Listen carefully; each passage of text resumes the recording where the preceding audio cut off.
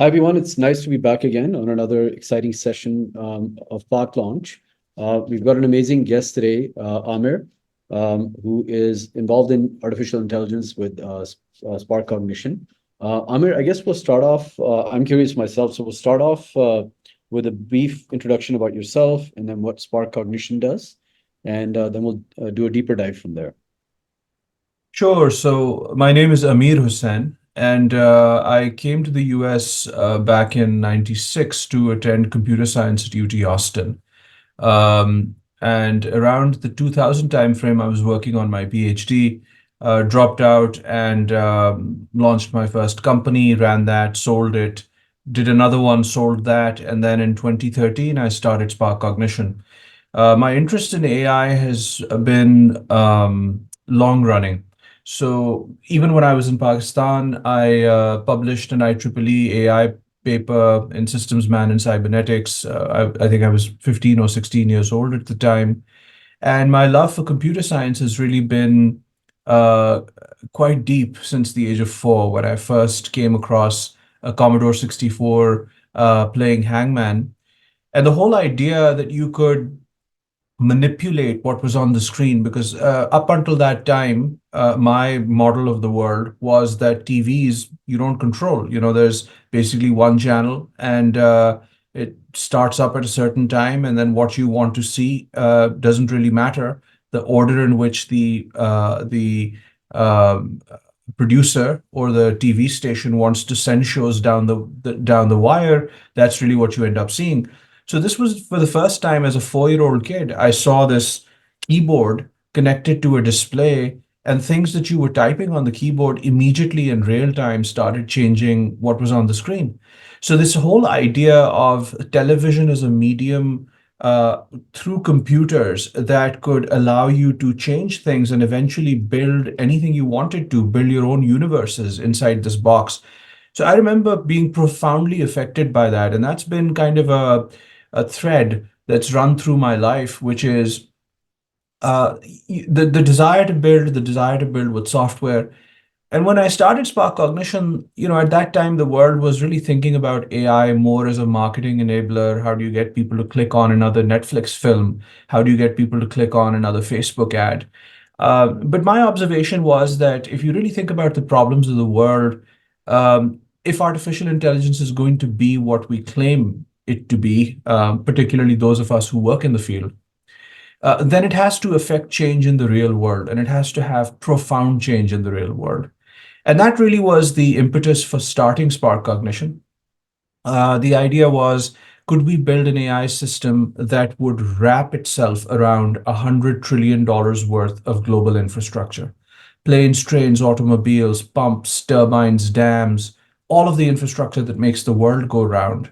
And through that, could we alleviate the need for everyone, but particularly countries that are cash strapped, to not have to renew or rebuild infrastructure at the cost of billions of dollars, but to simply make what they have now significantly more efficient. And, my last point here is that in my reading of history, one of the things that I've come across is that, human beings are essentially the same. Yes, there's the odd prophet, there's the odd saint, there's the odd Mother Teresa, but in general, human beings are essentially the same. And if you stress them, you create an environment of scarcity around them. They tend to act in very ugly ways. So, infrastructure is what has changed our ability to associate our civilization with plenty. It is what gives us electricity and clean water and production capacity, and gets rid of disease through modern sewage and so on and so forth. If artificial intelligence can influence that, then we can go past these trite phrases like we'll build a better world and actually build a better world. So that really was what Spark Cognition was about. I stepped down after 10 years in the job. Of course, I remain the founder of the company. I'm on the board of the company. But we brought on an amazing new CEO for the next phase of the company's evolution. I'm now doing other things in addition to serving on the board of SparkCognition. And perhaps later on in this conversation, we can talk about those two. So thank you. And by the way, apologies for mispronouncing your name. It was naturally looked like Amir, so I'll remember to make Amir. So it was amazing what you said, and everybody's looking at AI and pricing and all sorts of stuff that will play out maybe in 10, 15 years. But I think one of the most profound things that potentially is playing out is utilizing and creating efficiency in our existing world and infrastructure. So, for the layman, I mean, we're all trying to learn about AI. Could you kind of break us through the different layers of artificial intelligence and how then you came to the conclusion that this is the one particular vertical that you wanted to focus on? So it's just kind of a layman's perspective. I'll tell you about my journey of growing interest into AI, and I would say that I'm 46 years old today. My first AI publication was when I was 16, so I've been probably seriously engaged in this now for 30 years. And over that period of time, I've seen a lot of change. Every company that I've built has had an AI component to it, even though SparkCognition has really been very AI forward, AI first. Because a lot of people now don't have this memory, but in the early 2000s, late 90s, even in the 80s, post the expert system crash, AI went through a couple of winters, and it wasn't really cool to talk about artificial intelligence because the idea was, this is just never going to happen, and this is all just kind of a fool's dream and a fool's errand. So that's kind of my association with artificial intelligence over that period of time.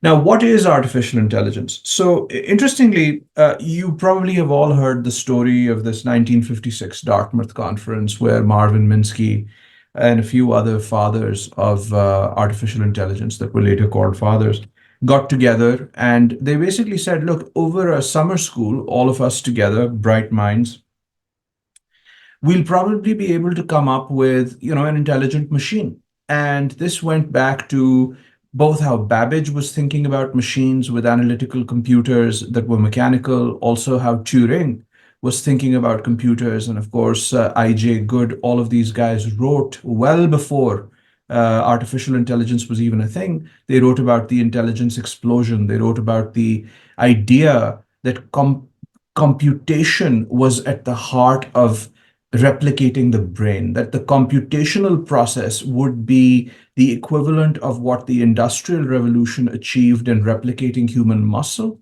that now with computation unfettered, and if we were to understand it properly, we would be able to replicate the human mind. So interestingly, in 1956, when all these stalwarts got together at Dartmouth, the reason they came up with the word or the term artificial intelligence is because prior to that time, this area was still studied, but it was studied under the moniker of cybernetics. And cybernetics had been pioneered by a very prominent professor from MIT, who was a little ornery. He didn't get along with people. He was a little pompous. That was his reputation. So these young bucks of research wanted to come up with their own platform, and they wanted to do something which would de-link them from the term cybernetics. And hence they got together. Because they weren't doing anything with cybernetics, they didn't have to invite Norbert Wiener, the father of cybernetics. They kept him out of that group. They created artificial intelligence, and sort of the rest is history. Now, initially, the idea was that artificial intelligence would be built on the building blocks of logic.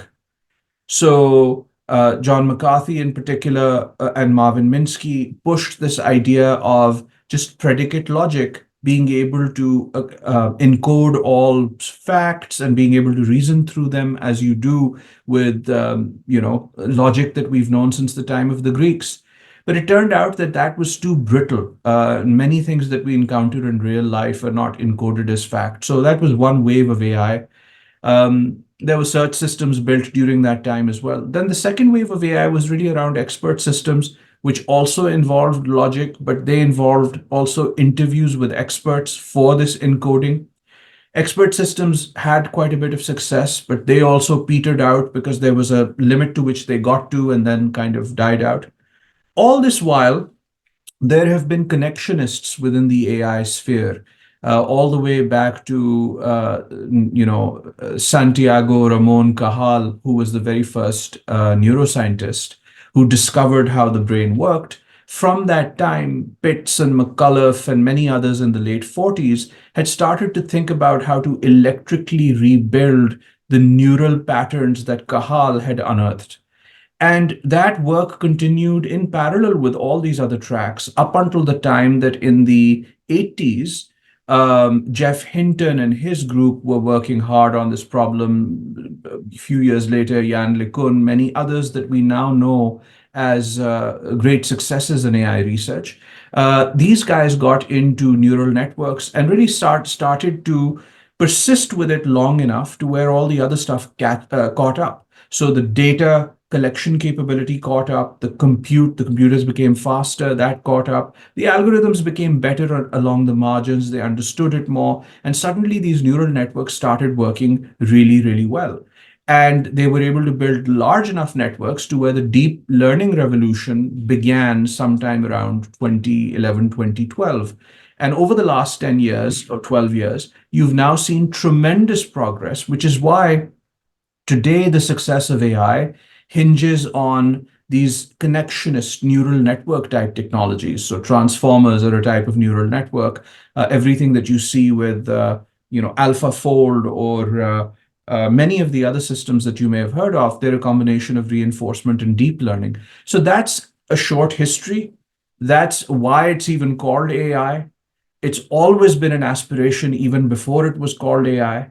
And there's a mixture of neuroscience that was the culmination in the 80s and 90s in Hinton and other works, which then led to practical large neural networks. And with large data and large compute, we've now seen some very surprising successes. So I'm building on that. I mean, I guess one of the things that is being debated today is there seems to be one grouping that is very worried that, rolling out AI such as ChatGPT and multiple iterations to the general public today.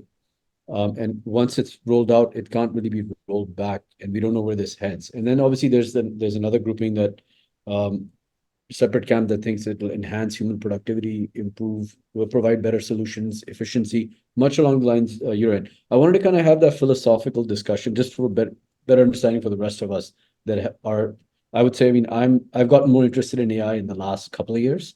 Before that was just an algorithm to me, but as I've been diving deeper, this philosophical discussion pops up.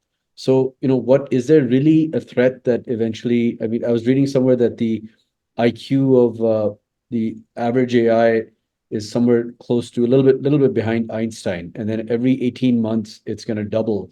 So, it could potentially get to a state where it comes up with a solution that realizes that we are potentially the problem as human beings. Again, this is just a doom and gloom extreme assessment, but I wanted to kind of get your take on it. That from a realistic perspective, what are the risks and what are the pros?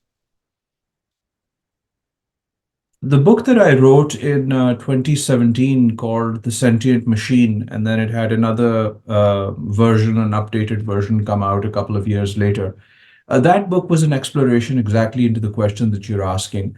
But my assumption is that what you're posing as a hypothetical, i.e., will machines ever get to the point where they'll be smarter than us? I take that as I accept that as fact. The only thing that we might look at is the timeline over which that occurs. The more important thing, of course, is that we are reverting to now a cybernetic world where we created artificial intelligence to separate it from cybernetics. The fact that very sophisticated artificial intelligence systems are coming to the fore and they are going to be working side by side with us. They probably will be embedded within us. We ourselves will begin to change as a life form in terms of how we see and experience things, which are going to go far beyond our biological senses. In all those ways, I feel that thinking about humans and machines as machines is kind of passé. That's really not the way to think about these entities in the future. I think about cybernetic entities. I think about humans and their machines, one influencing the other, where that block inside that cybernetic construct is both biological as well as digital, as well as algorithmic. And all of that now becomes the new relevant atomic entity of consciousness that exists in this world. So, in that regard, I don't see this as a tragedy by any means. It is a tragedy only if we take this and do things with it which are tragic. But if we take this transformation and we take this use of a new tool and incorporate it into our skills and abilities, like what we've done in the past, but perhaps on a more profound and more visually stark basis, we can still do amazing things that have never been done before and really take humanity to the next level. The purpose of humanity, what is that? In the sentient machine, I propose one view. I don't expect people to agree with something as fundamental as the purpose of humanity, but in my view, you see, the universe is infinite. The universe is infinite, and no matter what the speed of a computer, no matter what the speed of an AI, infinity is a place that can't be conquered. And so, if you were to imagine the infinity of the universe of ideas, and you imagine traveling to different places in this universe of ideas, everywhere you go, you find something new. You find a new idea, a new concept, a new thought, a new way of looking at the world. These are discoveries. You travel through idea space and unearth discoveries. Now, where are you in idea space when you were born? That is a matter of who you are, where you were born, your parents. That is a matter of perspective, some of which is given to you at birth, some of which you develop over your period in time. So imagine this idea space, this infinite idea space, and you are instantiated somewhere in it because of who you are, because of your unique perspective. You search around where you are. A machine searches around where it is, and it might be much faster than your brain, but what you are collectively discovering is infinite. So I don't think that if you consider the unearthing of new knowledge to be human purpose, then that purpose is obviated, mitigated, or removed in any way from the picture by artificial intelligence. Its only purpose that will be more fulfilling to chase together with artificial intelligence. I guess, I mean, I generally agree with what you're saying because, it's how it is a very, to me, this is one of the most cataclysmic changes that everyone is basically underestimating that the level of change. I mean, so much so that I've got young kids right now that are 8 and 10.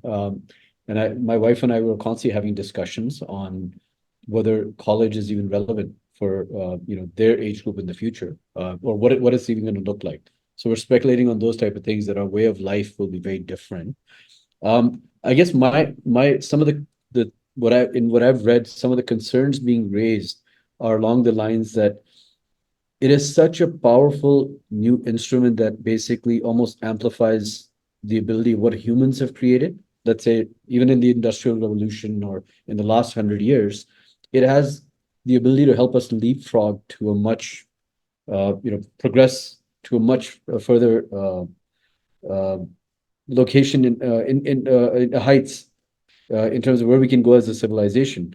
But when you look around the world and the fragmentation and how irresponsible we've been, let's say, for example, with the monetary system, and how everybody's drawn divided daggers in the world where there's multiple systems. So how do we stop, let's say, the US versus China to not compete with each other on this and try to hold it and in a almost a silo, which then poses a threat that whoever has the strongest artificial intelligence has the potential to dominate the world in many aspects.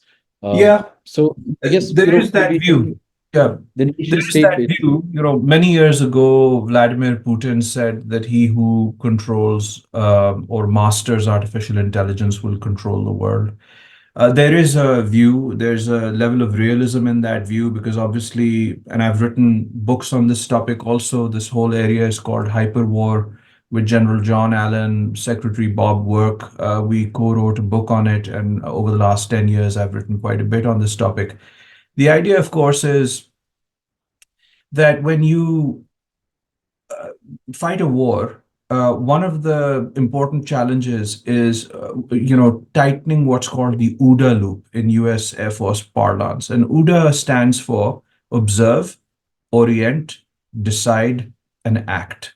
This is also variously called kill chain and so on and so forth. But the point is that in order to observe a target, identify a target, validate a target, then do the weaponeering to determine what weapon will be applied to which target, and then to execute a mission, and then to confirm battle damage assessment.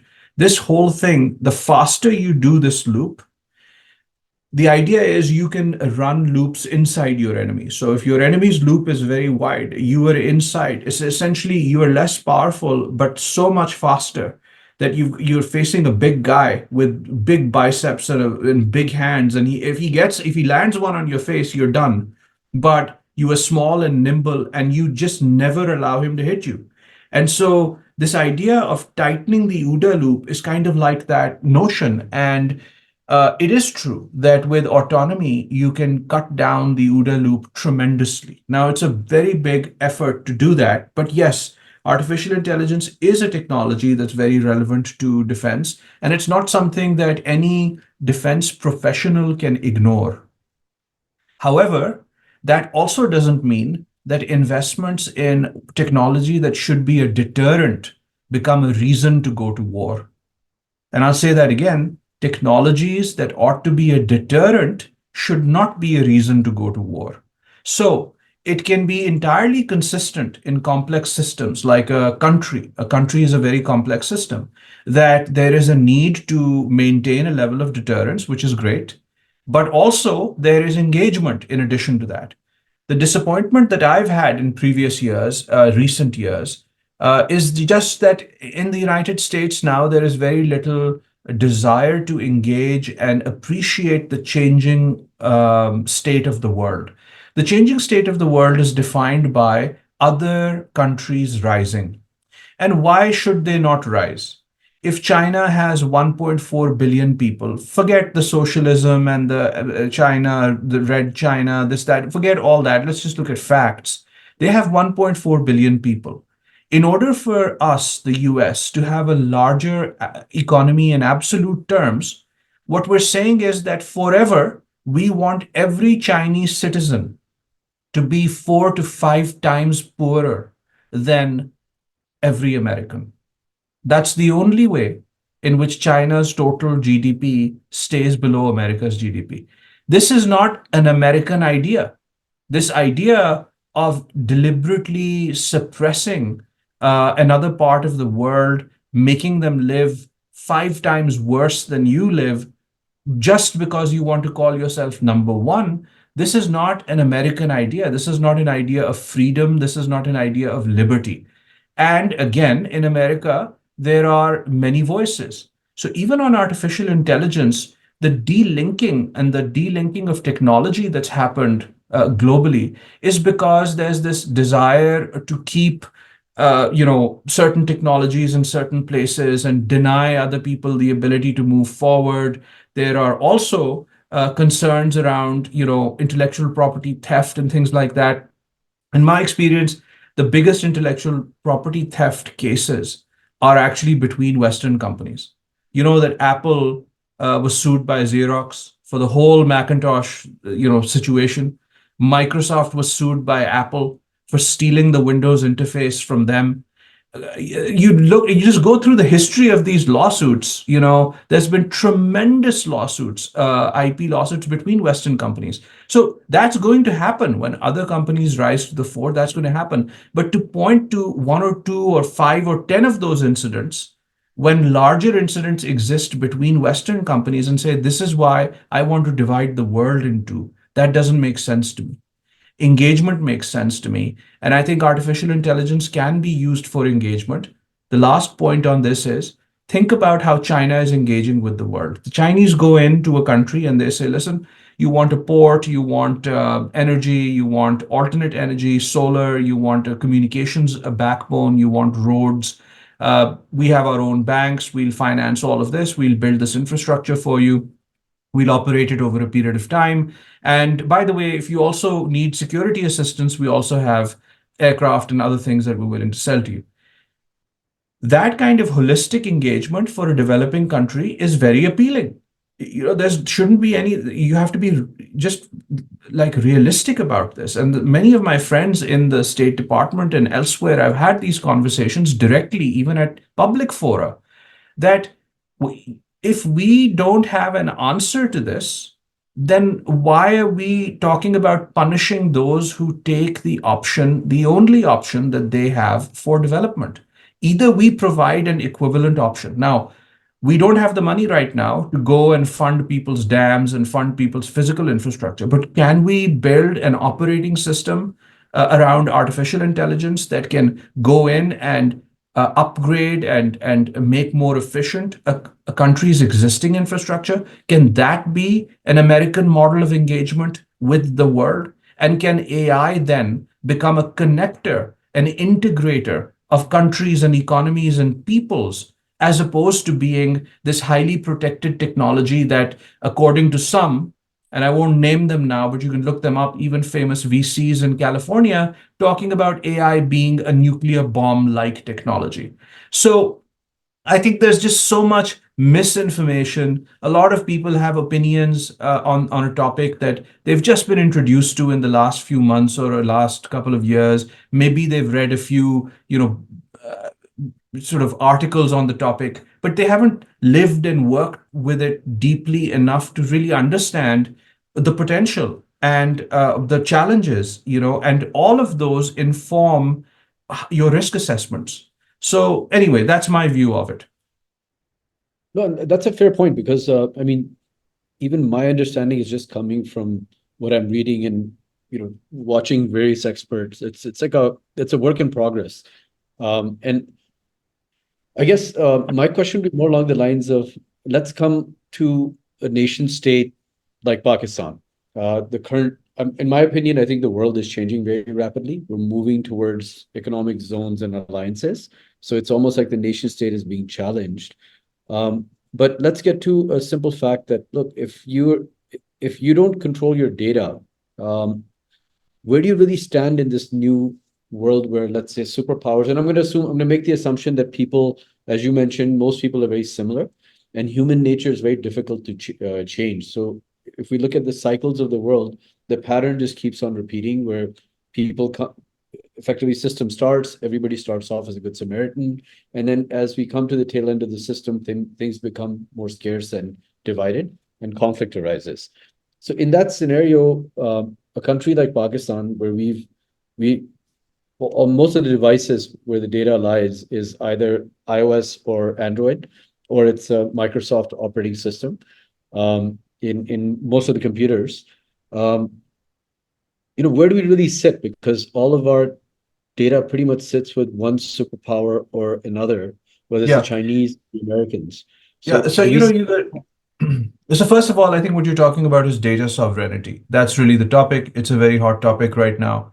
And the question is, should a country have its own cloud infrastructure? One of the challenges with the cloud is, while there are conveniences, you end up building a world where there's 2 or 3 monopolies that operate at the scale with which they can then run these data centers globally at the kind of slim profit margin, but at scale, it still gives them a lot of money, and nobody else can compete with them, because it goes back to the old capitalistic view of capital controls everything. There in that market, it's not human ingenuity that controls things. It's raw capital that controls things. So it's within the tech sector, a very different kind of dynamic, and one needs to be cognizant of that. Now, coming to Pakistan, Look, I was in Saudi Arabia recently. I was in Qatar. I was in the UAE. All of them are putting together agreements with Microsoft and Amazon to build data centers locally in their country. That's good, but what would be even better is if they just built their own data centers and capabilities. The issue, of course, is talent to manage it and so on and so forth. I don't think we have a problem around that in Pakistan. I think those data centers can be built and can be managed. The second thing is the software stack, because the immediate argument that people will give you is that, listen, I'm not just trying to get a bunch of computers connected to high bandwidth internet with redundant power. What I want is the Amazon S3 interface so that I can store my data. I want the machine learning libraries that I get from Amazon or Google or whatever I use. So it's the software infrastructure that really I want to use. And today, a lot of that software infrastructure has been open sourced. There are open source versions, for example, of an S3 API that you can run on your own system. There are between Docker and Kubernetes and lots of these deployment scripting languages for DevOps. There's lots of ways in which you can come pretty close to a top tier infrastructure that's based on open source technologies. And if Pakistan needs to invest in something, that's what Pakistan ought to invest in. In addition to this, it's not just about the data centers. You also spoke of devices. Now, on the device side, what I would say is that um, RISC-V is a new architecture, because this can become a 30-minute conversation. I'll just get to the end of the conclusion, basically. RISC-V is an open architecture, and Pakistan ought to invest massively in RISC-V talent, RISC-V design enhancement, and it's something that Pakistan should have an eye to produce within the country. And it's not impossible to do it all. There are RISC-V chips that can be produced with some older fabrication technology. You don't have to be down at 2 nanometers to do that. You can do a lot of really interesting work and develop the talent pool in-house to be able to do that. So I think semiconductor fabrication, even with gen old technology, 2 gens old technology, which by the way is also a viable model because those older chips outside of the cutting edge processors are still needed. So you can still do, 10, 12, 20 nanometer chips that still make sense. So I feel that RISC-V enables Pakistan then to have its own processor. The Linux operating system runs on RISC-V, which is open source. And then if Pakistan has its own sovereign data centers, which are using open source software and not reliant on proprietary monopoly controlled infrastructure that forces new entrepreneurs to tie their infrastructure into that. I think that is tremendous. It's a huge leak of value. If you think about the fact that there are millions upon millions of websites and applications and data storage accounts and all of this stuff that Pakistanis have abroad, all of that money is going abroad with a data center infrastructure that can all be kept here. So I think it just makes sense to me and should be done. What doesn't make sense to me is giving away laptops for free that then get sold a week later at some, at some local market. And I have advised friends going all the way back 10 plus years when this was begun for the first time. My view of that is, please, for the love of God, take that money because it's a lot of money. It's probably $200-300 million. Even last time they spent about that amount of money on these laptops. Take that money and start a sovereign fund. Start a fund that places with 10 of the best tech venture capitalists. Let's say it's a $300-400 million expense. Take that, build 10-30 million LP positions with 10 of the top funds. Work with them and just ask them for one thing, that every year, 5 of my best companies, I just want to put in front of you. If they win on merit and you want to fund them, fund them. If they don't win on merit, just give them feedback and send them back to Pakistan. That's it. That's all I ask of you. Your money will have tremendous returns. That return will grow that fund and become quite a substantial bit of investment capital for the country. And in addition, you'll start to cultivate real relationships with people in the global tech ecosystem and open doors to real mentors, not somebody working in a government department that's never had a successful company that somehow is running an incubator, but rather people who are really successful have done this over and over again at the global stage, willing to act as mentors. So, there's better uses for money. And on that topic, again, we can go on and on and on. The problems in Pakistan literally are not that hard to solve, honestly. If I, you just I agree with you 100%. Let's assume for a second, and I'm fairly jaded since I moved back after many, many years from the US back to Pakistan in 2017. Let's assume for a second that the competence and the dedication is not there in a country. My question was more along the lines is where does a nation state or a country even stand if they don't have the competence to even comprehend the level of change, nor to implement the infrastructure or regulation, because this is going to happen with a lot quicker. Yeah. And So I'm going to take any educated I'm person, going to take the sure, go ahead. position. I'm going to take the position that look, I'm not going to gloss over the fact that big tech and intelligence apparatuses around the world are not intertwined in data sharing, along with the fact that there is an element where you have India having a comprehensive strategic partnership with the US and BECA Accord, which does include data sharing as well. Specifically, it doesn't define the depth of the data, but it's intelligence data that is communication as well. So my concern is more along the lines, that is it even possible for a state like that's in the current state of Pakistan to continue to have its sovereignty, given how quickly things will change over the next 10 years? We have to play catch Absolutely. up. Absolutely. The thing about this is that, and first of all, I empathize with you. I share your frustrations.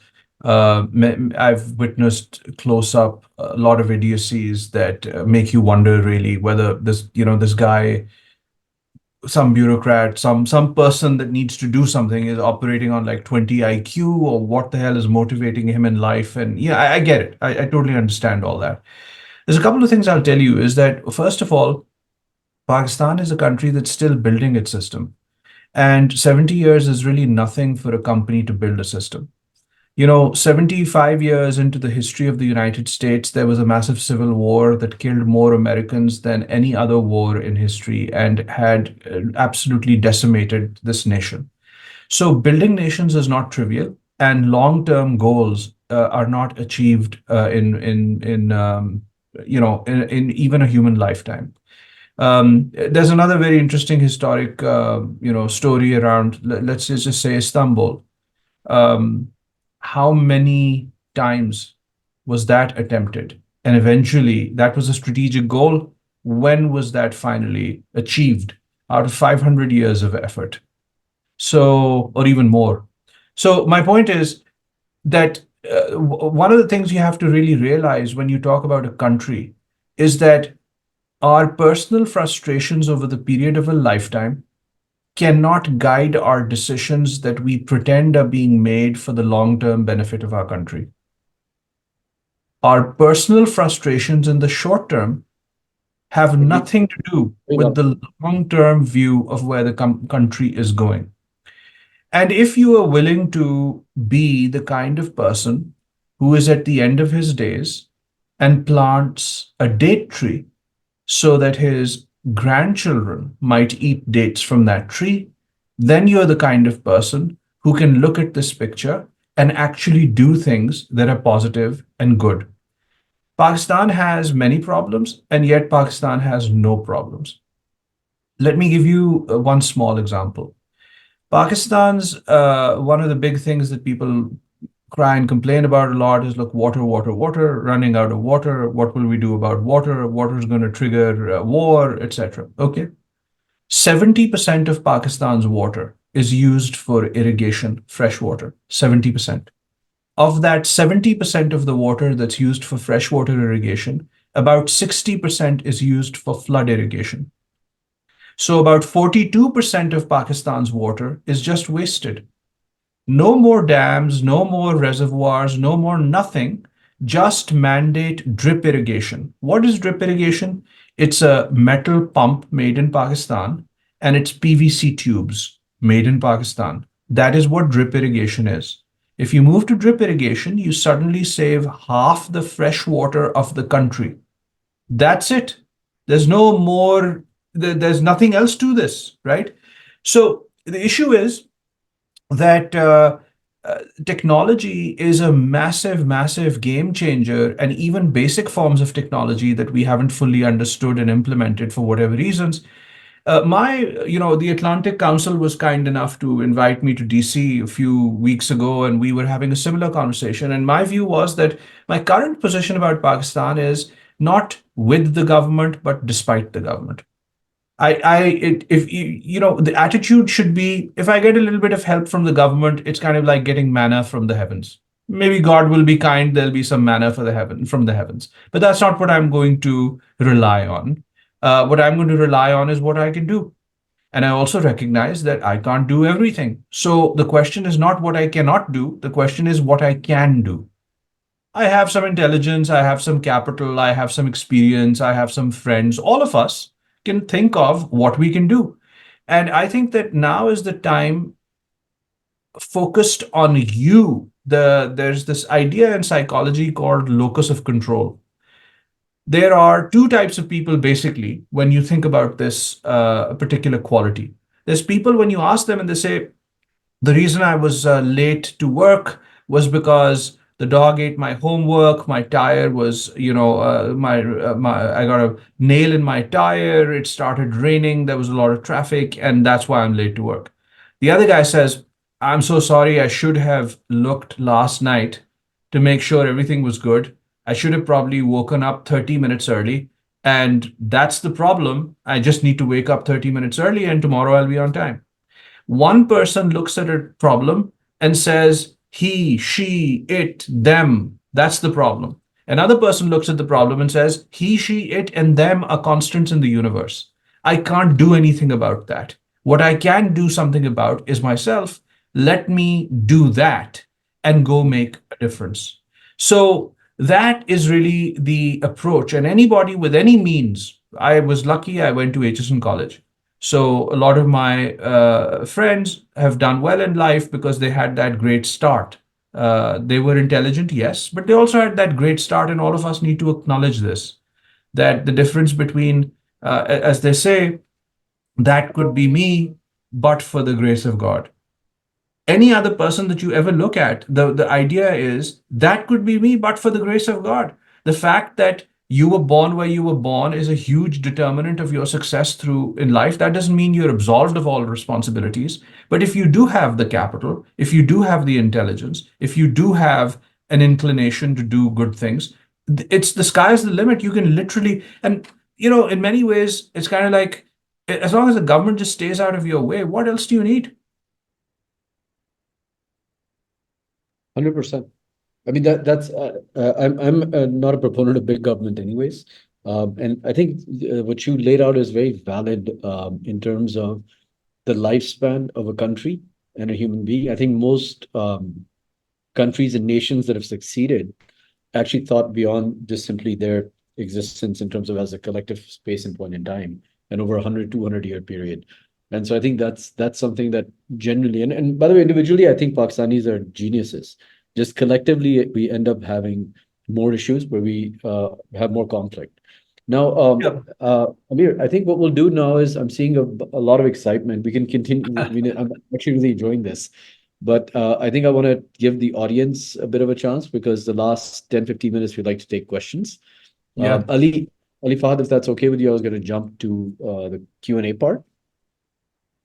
Ali, do you want to Yeah, moderate? absolutely. No, Ali, do you Faisal want bhai, to if you don't take your mind. questions? Sure. Okay. So I'll give, I think there's a younger audience here that actually had a question that was kind of interesting about. I'm just going through. Here we go. Yeah. So, okay. So Amir, this is for you specifically. Please share your thoughts on impact of AI, specifically for high school going students. We are sharp and we are sharp of school ranking and trying to see whether AI has a role in graduation in our school. So I think the question more along the Degradation line. in school.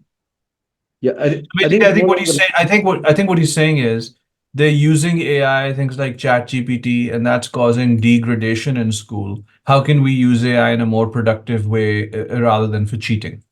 That's, I think, what Exactly. he's saying. So I think, look, the answer there is that if your motivation is cheating, well, then you're going to figure out some way of cheating. But I find the generative AI is an amazing tool to help build a very customized progression for understanding. So, as an example, I mean, most people find calculus to be a difficult topic. But if you start talking to ChatGPT or Claude or even some of the Llama 3 open source models, and you step by step say, well, explain to me, like, what's the major insight in calculus? Why is this important? What does this mean? What does that symbol mean? The kinds of things that you just feel embarrassed asking in class because you're like, okay, this symbol, this big thing that looks like a snake, what is that? Like, why do we do that? What's the number down below? What's the number up on top? You can just keep asking. And the other thing that I found is that you can then say, give me an example of this in real simple terms without actually using any calculus. Show me how calculus works. Like hardly any teacher is going to do that with you. So I think the idea here is customized lesson plans and engagement based on what a student wants to do. If I was a teacher, for example, and I did a first calculus test, and I found that some kids had a certain type of misunderstanding, which is why they got the answer wrong. I would then say, you guys make a team, now sit in front of GPT and come up with all the questions that all of you guys can think of to truly work through why you had this misunderstanding. And if you're able to explain to me why you had this misunderstanding, I'll reverse the points on this question for you. If you can explain it to me, each of you, I'll give you the points back. So that creates, this is just a very small example, but it creates the impetus for them to win if they use the system in the right way. So with respect to the other people that have asked questions, I'll stop here, but you can hopefully see where I'm going with this. So, okay, so we've got another question. This dives into this. I'm a little curious about too. How does blockchain link into artificial intelligence? Is there? I mean, we've heard all sorts of statements that we go from a trust-based internet system to a truth-based. Is there even a link between the two? Well, see, blockchain really links to the future of software. The issue right now is that you build an application, and that application ends up in some monopolistic ecosystem, and everything is then gated, including what you get paid for the application. I think it's quite ludicrous that you have an app that you developed that Apple really had very little to do with other than you're running the app on their computer, just like we've been running apps on Microsoft computers for the longest time or Intel's computers for the longest time. Nobody ever told us that in order to run our app on an Intel computer, we had to give them a third of our revenue. But that is what the App Store model is. So I think that this centralization is kind of out of control. And the blockchain is a way away from that to build these repositories of knowledge that never change, or at least are trackable in how they change over time. They give us a full record of those changes, and they connect people without requiring any centralized infrastructure. There are issues which are being resolved now with things like L2 chains, things that are like latency related, number of transactions a second related. Is there an application that, as a smart contract, that you can deploy on a blockchain today that does what a website does? Not really, but that's one of the problems actually that fascinates me. How can you really take all of the work done in distributed systems, Leslie Lamport and all of these guys that for decades have done great work in that area, and how can you bring modern expectations around latency and performance to the blockchain? So once you do that, you can also deploy AI applications on top of it. But there's another way in which AI is useful for blockchain. So I am the chairman of a company called Navigate, nvg8.io, if you want to check it out. And there, what we're doing is we're saying, look, Google and all these guys, they come to your website, they scrape all your data, they don't pay you anything, they don't ask you for permission.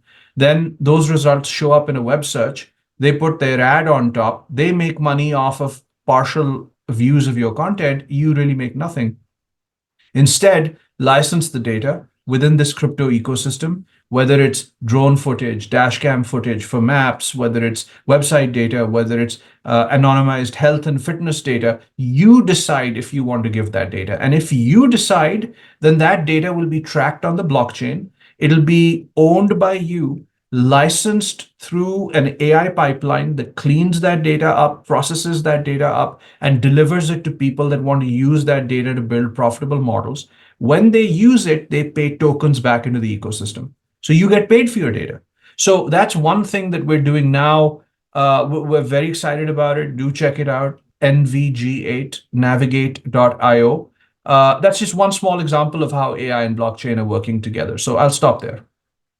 So is that you said you're now doing other stuff. So can you kind of tell us more about that? Was that what it was? Navigate, or is that Yeah, what this you is want to one do? of the things that I'm doing. I'm chairman of the board. All the positions that I have now are board level positions, because what I'm trying to do is go from serial entrepreneurship, building these companies over time as I have, to parallel, where I get to help and work with these lovely, amazing people that I've gotten to know over the years that I want to help succeed, people that have been by my side and people that I love and who have tremendous potential. So I want to see them succeed as well. So anyway, Navigate is one. Another one where my dear friend Steve Lau is involved.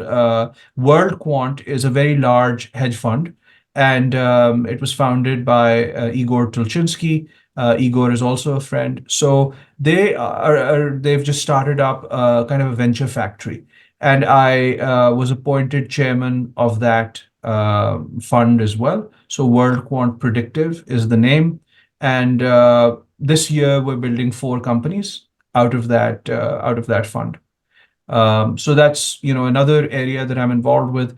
And then over the last several years, my wife, who also runs a robotics company and manages our investments.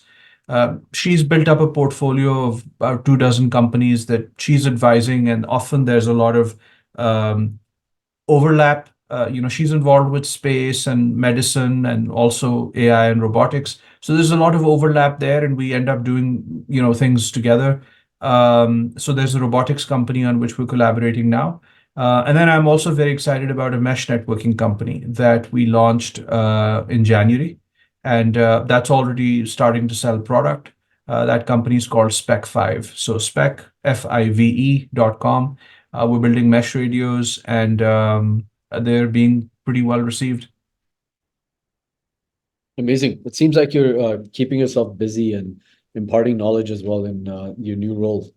Um, Amir, what I guess, it's first of all, it's really amazing to see that there's, Pakistanis at this level of cutting edge technology in the world. So it really, gives, I think, everyone in this country a lot of hope that our academic system is actually not that bad if people are actually going out and building new things. And I think you can see that even today in Silicon Valley and in finance, you see Pakistanis achieve heights.